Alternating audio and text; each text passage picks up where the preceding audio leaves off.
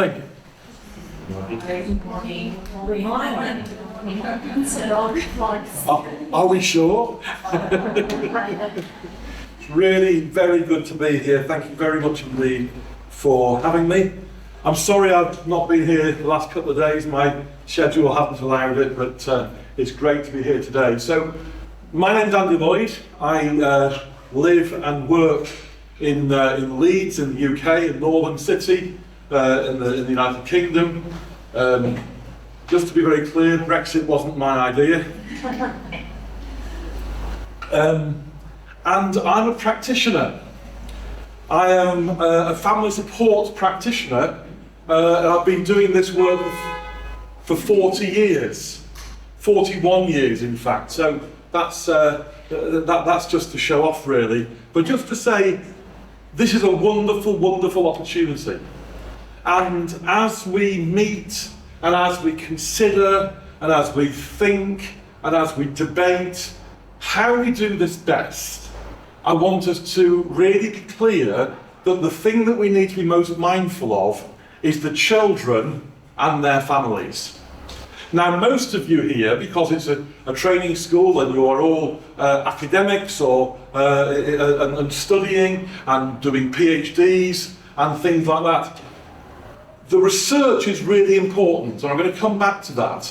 But the biggest focus that we have to have is, what about the child? Now, I have a very personal interest in this at the moment. My granddaughter is 10 days old. And I want to put my... Thank you. I've got lots of pictures I can show you. But I want to put my granddaughter on the table here, not literally, but figuratively. I want to put her here and say, this is all about her. Okay? Because if you have children yourself, if you have grandchildren yourself, if you know a child, and there's a child in your family, if you weren't able to look after that child, who would you want to do so? Who would you want to look after that child? So if my daughter and her husband couldn't look after my granddaughter, who would I want to look after her? And I can think of a number of people, me and my wife, my son-in-law's parents, my brother, his brother, whatever. I would not have at the top of my list a stranger. I would not have at the top of my list somebody who isn't related to my granddaughter. And that's why family support is so important. It's that sort of fundamental understanding of what we think about what happens when a child is not receiving the care that they should have. And that's part of what I want to talk about today. I'll come to the slides in a moment, I also want to think about the fact that we're in what has become known, I think, as COVID recovery.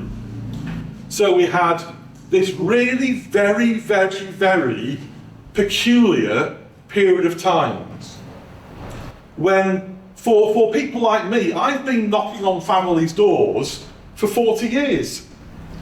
Literally going in my car or catching a bus or walking and going and finding the family home, knocking on the door and engaging with them face to face. And then suddenly we weren't able to. And we had to do it all online or on the phone, or standing in the garden and shouting. And it changed the way that we did things. It changed the way that we could engage with the most needy members of our society. And of course we had to do that because it was right. We had a public health crisis, global public health crisis. But we mustn't forget that that wasn't normal. That's not how you do family support. That's not how we engage with children and families. And the risk is, we discovered that we could do it. We can do it cheaper. We can do it quicker. We discovered in this network, we could meet together. And I'm very, very fed up with meeting my colleagues from the network online. Because I only see their heads. I'd forgotten they've got legs. But it's lovely to be able to be back in contact. But we need to find a way of doing that with our families, with our communities. Okay. So that's me, and I'm very happy to receive questions through what I'm going to say and also afterwards. Family support ultimately is value-led. Family support is about values. Okay? And there's a slightly peculiar phrase that I've used before, and I hope it works in your context. Culture eats strategy for breakfast. Okay? The culture of an organisation, your values, your behaviours, your attitudes is far more important than the strategic document that sits on your shelf. Now let's be really clear, strategic documents are important, policies are important, guidelines are important, expectations are important. But those documents never change the life of a child. It's what you do, it's what your colleagues do, it's the culture of the organisation. What do you believe fundamentally about families? What do you believe fundamentally about children? And I'll speak very clearly about the UK, and I know it's different in Europe, but just have a think about this. It feels to me sometimes in the UK, we see childhood in three parts. We have babies, and they're cute, okay? We have children between about 2 and 11, and they're quite nice because they play and we read. And then we have teenagers, adolescents. And being an adolescent is viewed sometimes as a bit like going to the dentist. Yeah. You've got to do it, but it's best done quickly. Get through adolescence as quickly as you can. Stop being a child. We tell our teenagers to grow up. What sort of nonsense is that? Because they're growing up as quickly as they can. They get 1 day older each day, that's as quick as they can do it. But what we're doing is we're creating and requiring our teenagers to become little adults. And they shouldn't be.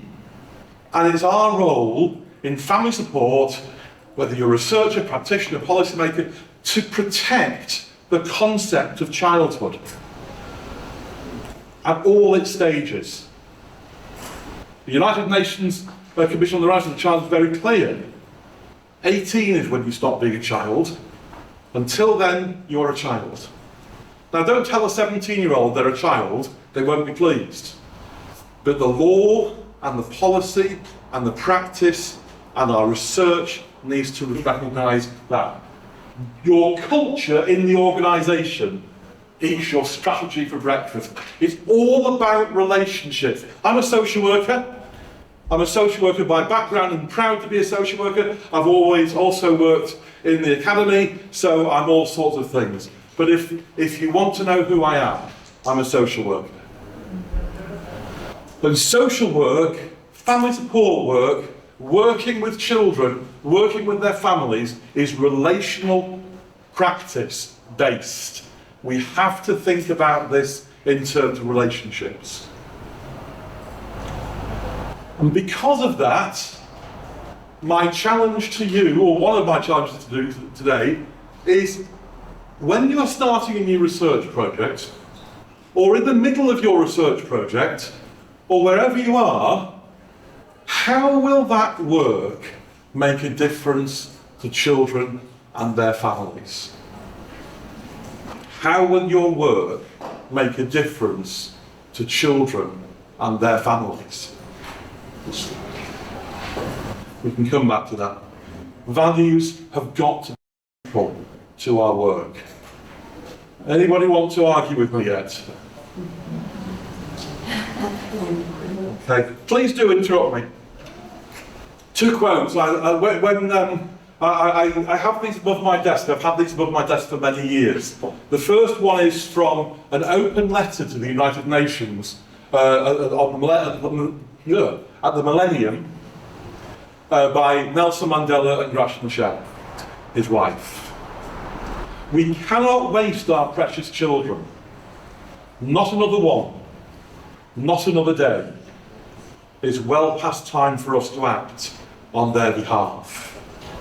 Why do I like that quote? Because Mandela and Machel referred to children as precious. Not his children, not nice children, but all children. And we need to maintain that concept that children are a precious part of our society, are a lovely part of our society, even when they're doing things wrong, even when they're being noisy and irritating. We cannot waste our precious children. A call to action. Madge Bray wrote a book called Poppies on the Rubbish Heap. It's a book, Madge Bray worked with a therapist with very seriously sexually abused children. And her book is not an easy read, but it's a really good read. And she says this: a child's current behaviour is often an essentially sane response to an untenable set of life circumstances. What's Madge Bray saying there? She's saying that children's behaviour is informed by their circumstances. Well, of course it is. But when a child behaves badly, when a child has a tantrum on the bus or in a supermarket, when a child is behaving badly and criminally, maybe violently, one of the things that we need to be mindful of is what's happening to that child. What's going on in that child's life today? What's informing their behaviour? Now, be very clear, that doesn't mean that we can go around hitting each other. It doesn't mean that children can do whatever they want. They need to be set boundaries, they need to be punished, they need, if necessary, they need to be removed from society for a period of time, although I think that's a last resort. But if we don't consider their behaviour in the context of their life experience, we are going to misunderstand what's actually happening. Okay. It's all about relationships. It took me ages to get that picture. That's a joke. So why are you researching in the field of family support? If you go to the library, there are lots and lots and lots of books, and lots of papers, and lots of articles, and lots of conferences. Loads of clever people have written about family support. So why are you doing it? Why are you doing it? Well, to get a PhD. Great, absolutely right. Congratulations on those who have reached that milestone. I never did. I tried and it didn't go well. To contribute to knowledge, the knowledge base of your chosen field. Really, really important. As a practitioner, I need you. I look around this room at your massive brains and I think this is really good. Because you're going to find things out through your research that I don't yet know. And I need you to tell me that so that I can talk about how we put that into practice with children and families to further your career. They're all very, very, very good and important points. All good reasons as to why you're researching. But it also, and crucially, It needs to be because you want to improve the lives of children and families. Somewhere in your being, somewhere in your head as you're working and researching and writing and publishing and speaking at conferences, you need to have that absolute laser focus on how does this change the lives of children and families for the better. Okay? And you need to help people like me understand what you're writing. Because I haven't got the time to read, 20 PhDs? I'm not going to do it. So you need to help me by making, I know you do, well, that's your choice. I will not. But I need you to help me understand what the key points are and why you're saying them. Anybody wants to come in yet? Thinking about the question, why are you researching? Yes. And of course, the last one is, but for example, I'm not a social worker. No. I don't work directly with any children, so maybe my answer is that I would like to put you into practices to help improve practices in order to improve the life of children families. Yes. It's about PhD gathering knowledge and it's maybe most practice. That is something that I don't directly work with. No, and I think that that's really important. I'm not asking you to be a social worker.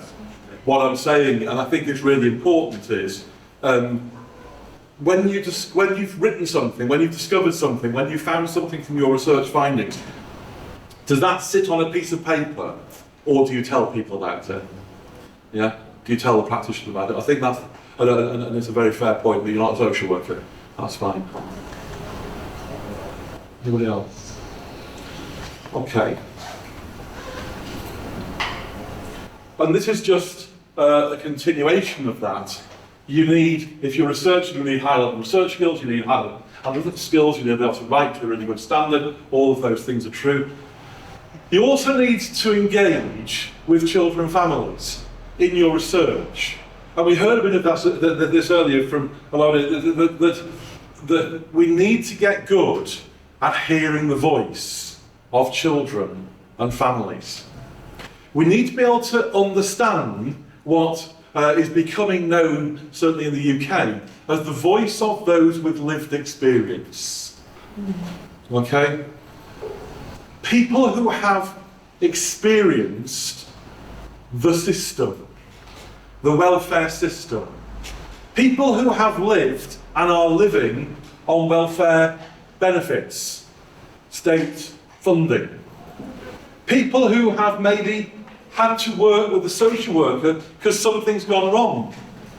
Children who have been not been living at home with their families because they couldn't.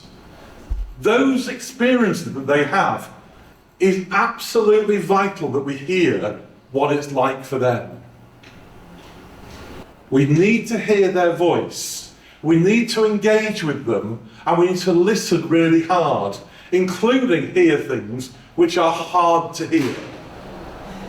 Because they will be critical of us. And so would I be. Now let me tell you very clearly, don't forget my granddaughter's here. She's just there, she's asleep. She's good. If one of you try to come and take my granddaughter away, I will knock you over. Because you're not having it.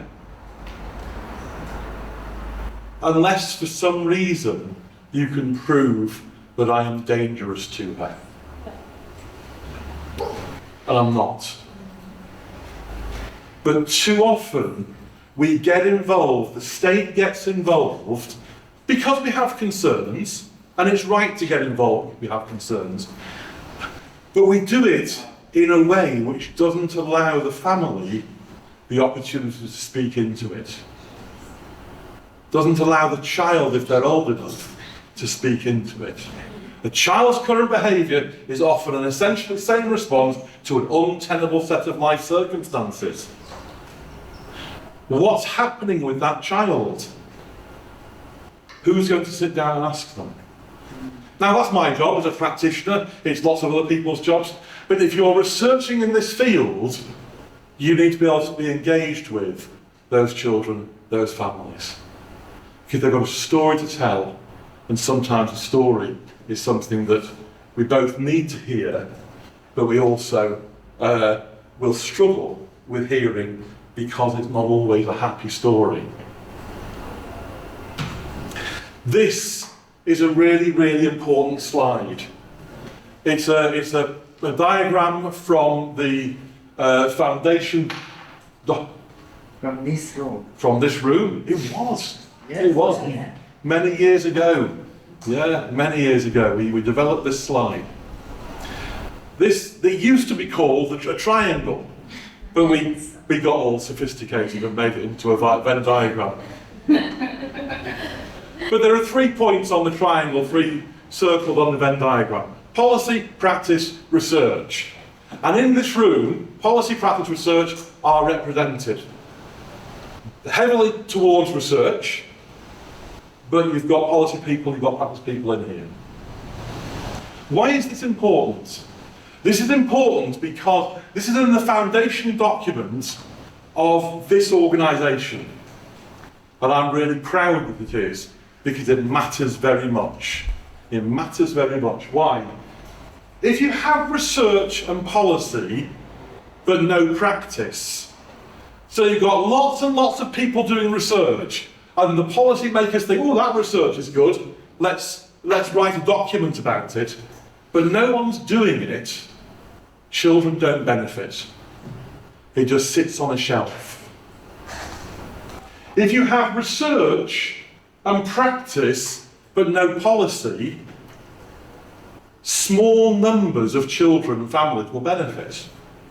But you don't have a universal coverage because no one's developed the policy. Now, most dangerously, and I will say this as a social worker, I think this is where social workers sometimes get into trouble. We dream something up and practice it, we turn it into a policy, but it's not research informed. So you have policy and practice, but no research. And what we have then is chaos, potentially dangerous practice, because we've decided to do something that actually isn't going to help. So we need all 3. We need this proper relational partnership between research, policy, and practice at every level. We need to talk to each other. We need to explore together. We need to develop together how we're going to work. And of course, at the bottom here, the rights of children and their families. We must never, ever lose sight of children's rights, families' rights, the voice of the child, the voice of the parent. These are things which are crucial and the values that we need to engage with. So this, I think, is probably one of the most important slides that I ever present. Not because it's terrifically clever or beautiful, but because it distills into one picture why we have to talk to each other, why this environment is so very, very important. If we have research, policy and practice together, maximum benefit for children and families. So what's the issue? Why am I going on about this? Well, too often, researchers, policymakers and practitioners, we're not speaking to each other. We just don't talk to each other. And we don't talk to each other enough. You're doing clever research, I'm doing practice, might be clever or might be not. Our policy colleagues are developing tremendous policies and taking them through the legislative process. We're not talking to each other. And we don't understand each other. We don't always speak the same language. And I don't mean different international languages, I mean that academics and practitioners speak a very different language sometimes. And I've been in meetings where we've needed an interpreter to help academics and policymakers and practitioners understand what's being said. I quite often think, I'd love to read that book, that paper, that article, I just don't have time. Researchers feel sometimes that there's no need to engage outside of their academic environment. And we don't always understand each other. But we can work together. I've said this already, so I shan't focus on it. We need to work together. And this is my plea, my challenge, my request to you. If you are going to become and remain involved in family support, in the research arena, the practice arena, the policy arena, or all three, please make sure it is part of your professional style, your professional behaviours, your professional engagement to find out who is doing interesting work outside of the academy in your area. Find out what's going on and go and talk to them. Buy them a cup of tea, or coffee, or juice, or beer, if it was after work. Spend time finding out what they're doing. And be as curious as you are in your research about what they're doing. Invite them to tell you. Go and visit. Now, I'm sure that you do that. I'm sure that you're engaging in that. But what my experience is that we just don't have that real connection, that real engagement. And we need to set up a constant dialogue between practitioners, researchers, and policymakers. And we need to recognise that language sometimes gets in the way. It isn't that complicated, but it's really important. And it's really important because ultimately we want happy, healthy, strong, and resilient families. Okay. I want to take a sidestep now into something that I think is really, really important in whatever part of the world you, part of this engagement that you are in, whether you're a researcher, a policymaker, practitioner. If you're involved in family support, let me just talk for a moment about relational practice, sometimes known as restorative practice. Different, by the way, very different in substance to restorative justice. So let's just talk about relational practice for a moment. It's about building, maintaining, and restoring relationships. Professional relationships, personal relationships, engagement with families. Now, if somebody came to your home tomorrow morning, let's say Monday morning, because you'll be tired tomorrow, won't you? Let's say Monday morning, and they knock on your door, and it's me. And I say, hi, I'm Andy Lloyd, I'm a social worker. I've come to talk to you about your family. What would you say? You say, come on in, no problem at all. That's not my experience of what families do. They're nervous. They're scared. They're suspicious. They might be hostile. I did that with one family in Leeds, and the father came down with a hammer. And in words that were fairly clear, he said, would you like me to hit you on the head with my hammer? Now, I always say no to that. So I said, no, thank you very much, I'd rather you didn't.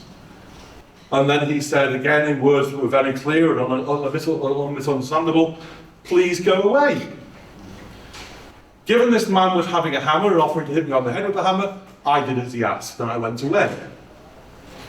But I still had to go back, and I still had to talk to him about the concerns we have with that family, with his family. How do I do that? Well, I could have done it by getting the police and gone in and knocked him over and said, right, sit down and talk to you. That's not going to help. I've got to have skills around building, maintaining and restoring relationships. It's a fundamental skill in family support. If we can't build relationships, we're going to struggle to support families.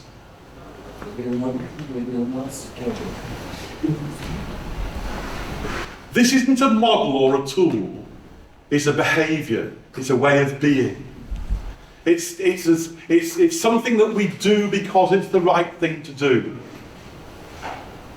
And it's fundamentally based on the concept of high support and high challenge. Okay? So, up and down, we have challenge or expectation. Sometimes we have expectation in this box, and across the bottom we have support. And there are 4 boxes, very straightforward.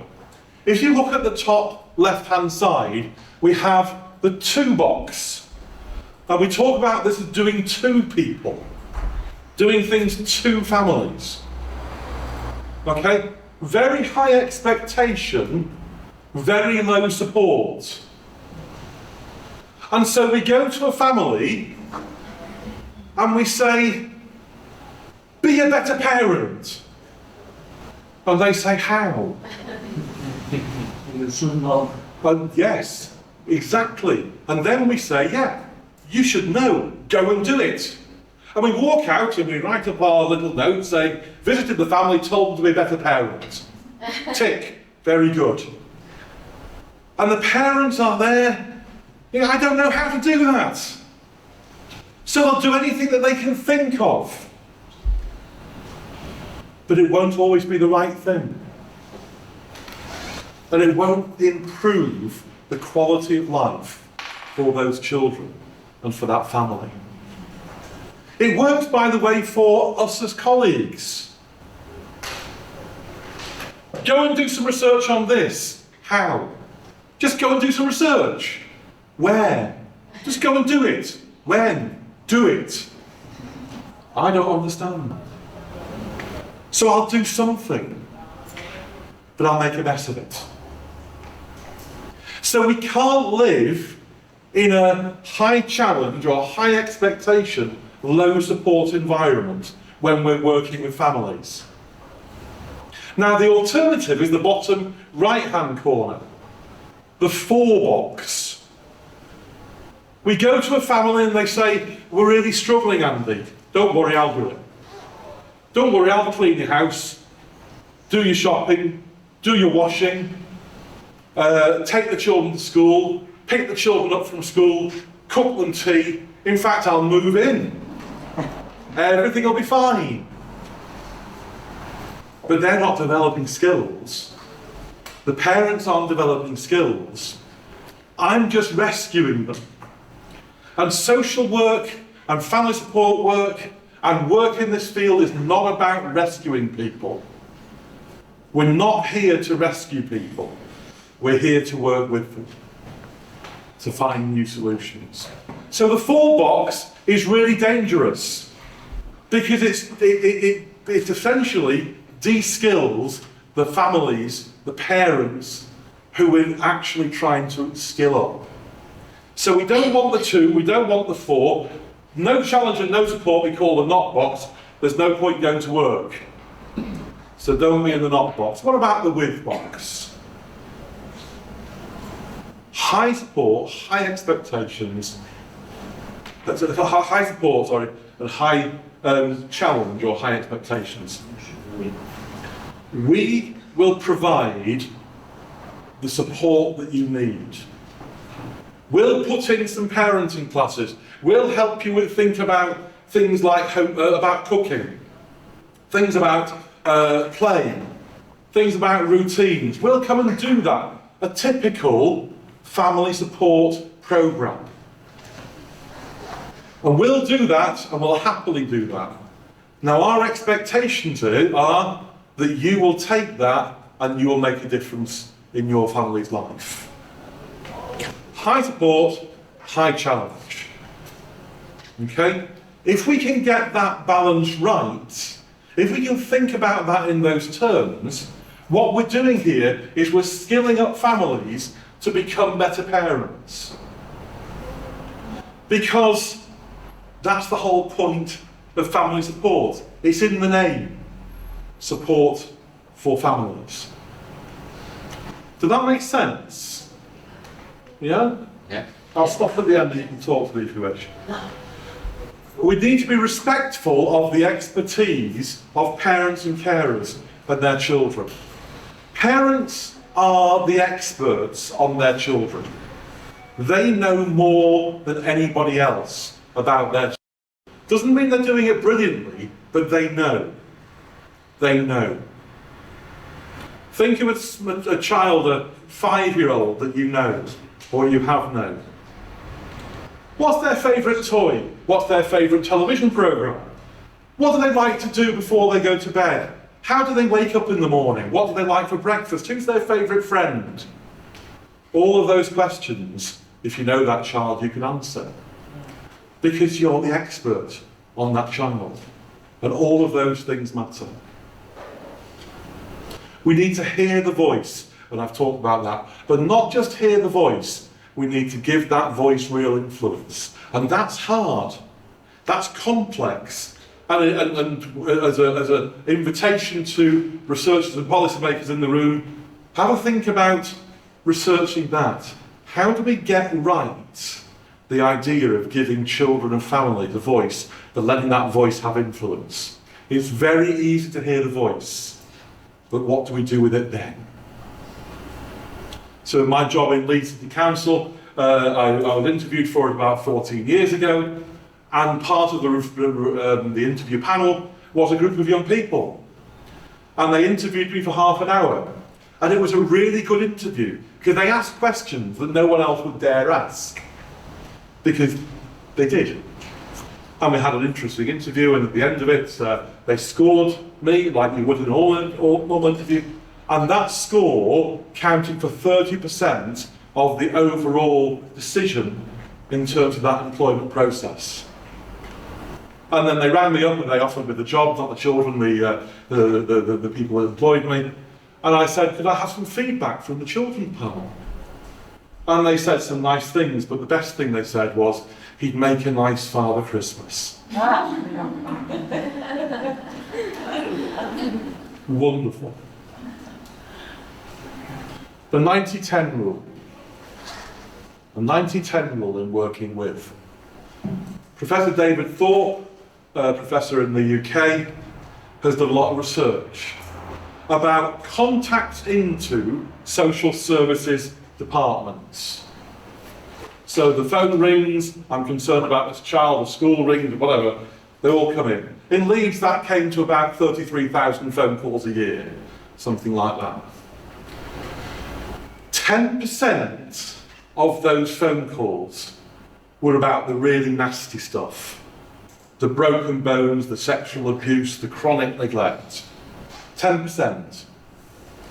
And what we do with that 10% is you go in quickly and you go in hard, because you've got to.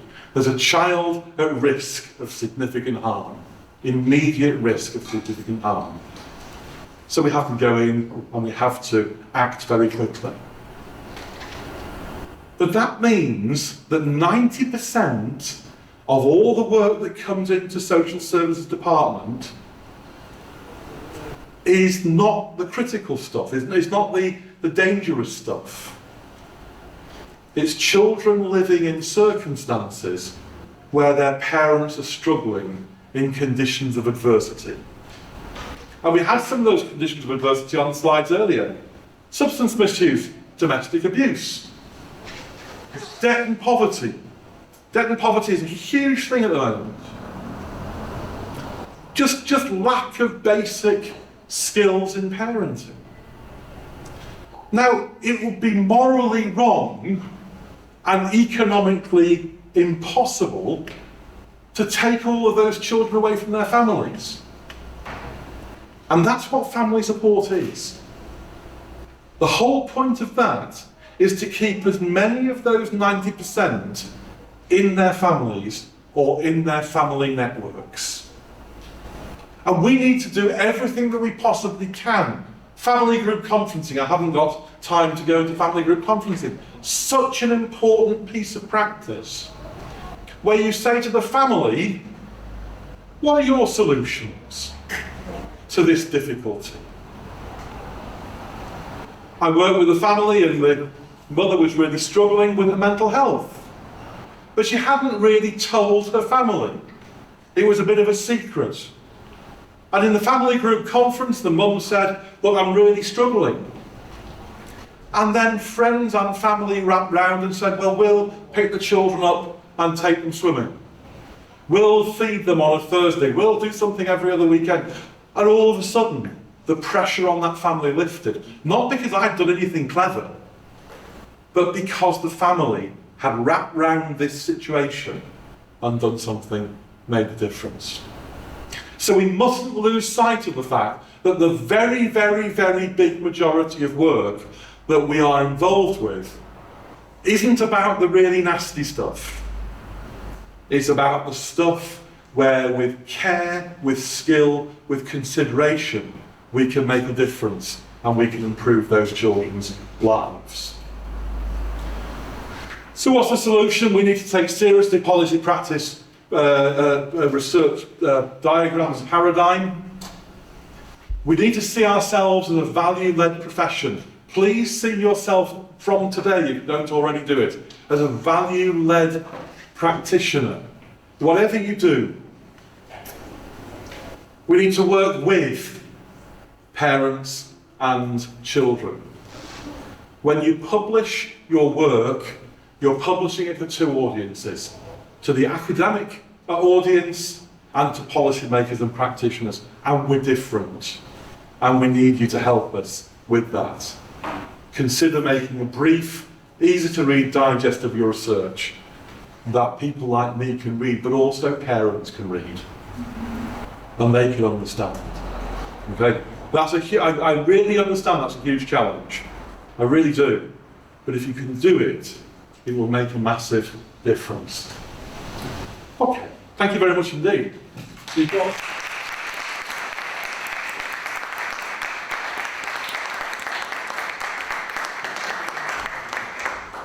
got about 3 minutes. So, quick questions. Yeah. Hi, thank you a lot. I don't know if you have seen the movie Listen. Movie? Listen. No. It's about family Portuguese in UK and the social services, and it gained a lot of grants in Greece. So it's a wonderful movie to see. Just a comment. Thank you. No, I shall watch that. Yeah. Thank you. And I would like to question in maybe a provocative way. Yeah. Do you think that it's possible we separate the role of a researcher and a practitioner? Because, for example, me, my PhD, I want to join the two teams. And for the future, I want to continue. Absolutely. And you're quite right. It's an artificial separation that I do just to make the point. But I know that lots of researchers are also practitioners, and I know that practitioners are also and policymakers similarly.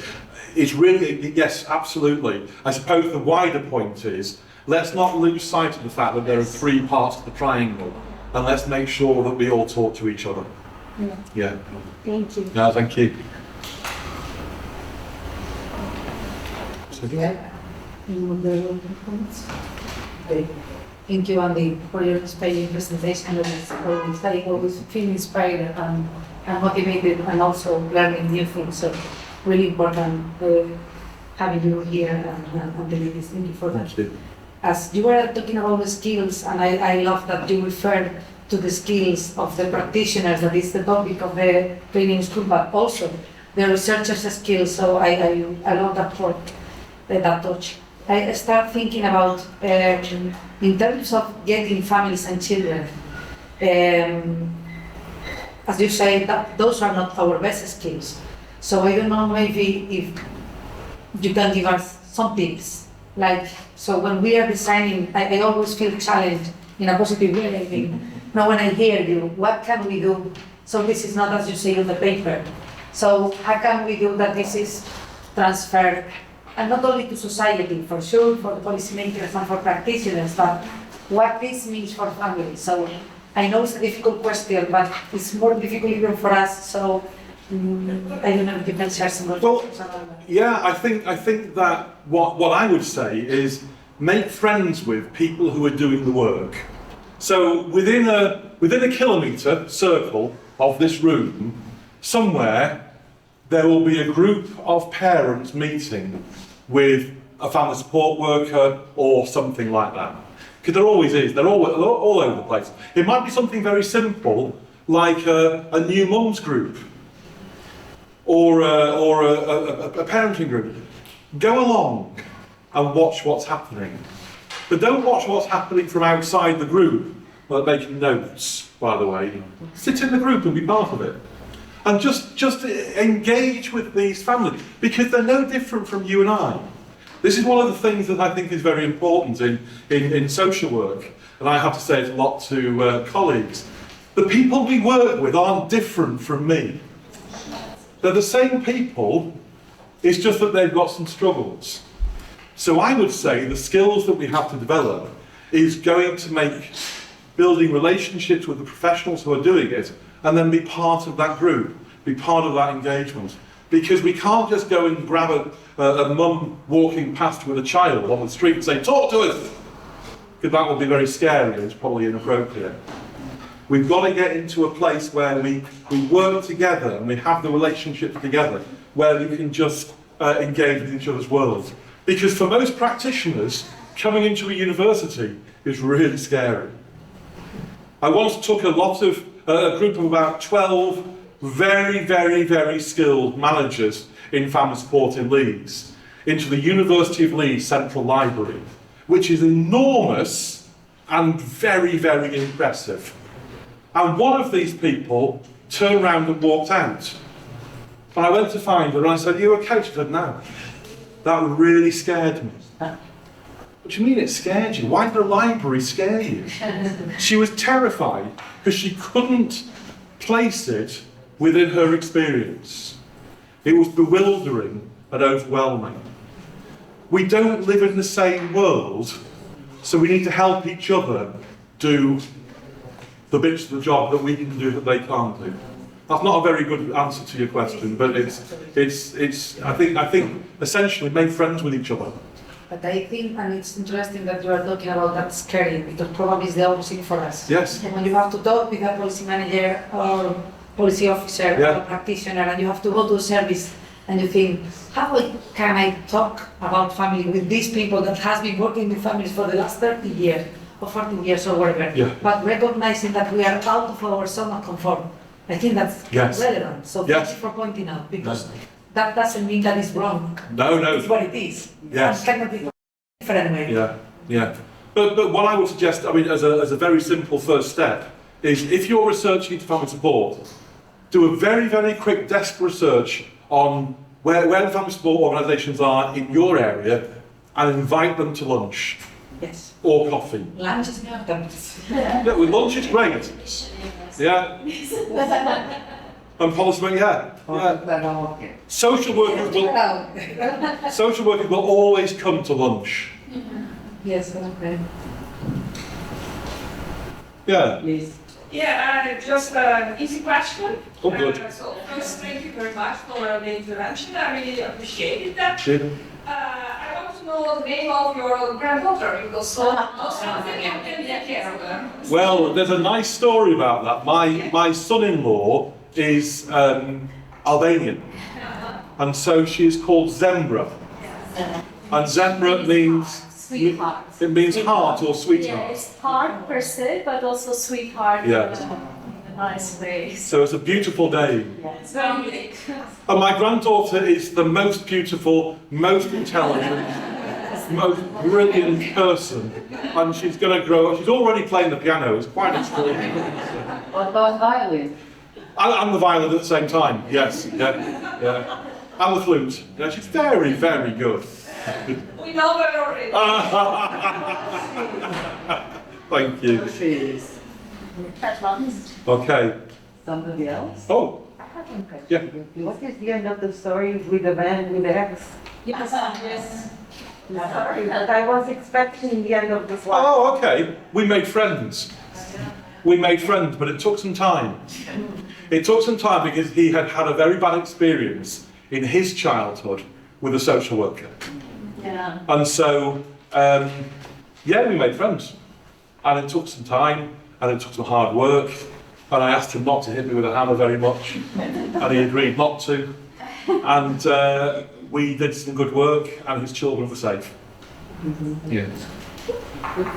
Does social, that emotional connectedness Yes. seems to be an important thing in this relationship, right? I wonder if it's can be considered an outcome of the intervention, and it doesn't seem to be considered as an outcome of the work. Yeah. Yeah, very, very, very good point. If we turn social work, if we turn family support work into a series of outcomes, do you know who's in the family? Do you know their name? Do you know their date of birth? Do you know what's going on? Have you made a change? Have they gone on this? Tick, tick, tick, tick, tick. Very good. Nothing's changed. We've just filled in a form. I think it would be great as an outcome, have you built a relationship of trust with this family? Because that's the skill. I will take criticism from people who I know like me. If somebody walks up in the street and say, you're stupid, I'll think, what's that about? But if somebody who I know cares about me says what you just did wasn't very sensible, I'll listen. It's exactly the same with families. And we expect to go into family homes and say, change your behaviours. Why? What? How? I don't understand what you mean. And who are you anyway to tell me? Well, I'm the person with all the state power. I'm the person who has legal responsibility and power, and I come into your home and I tell you, and I say this, this and this. And that's no good. We have to get into relationship building. So the simple answer to the question is, yes, let's make emotional intelligence, let's make engagement with the family a proper outcome. How you measure it, well, you're the researchers, you can sort that out. So it's excellent research questions. How do you measure it?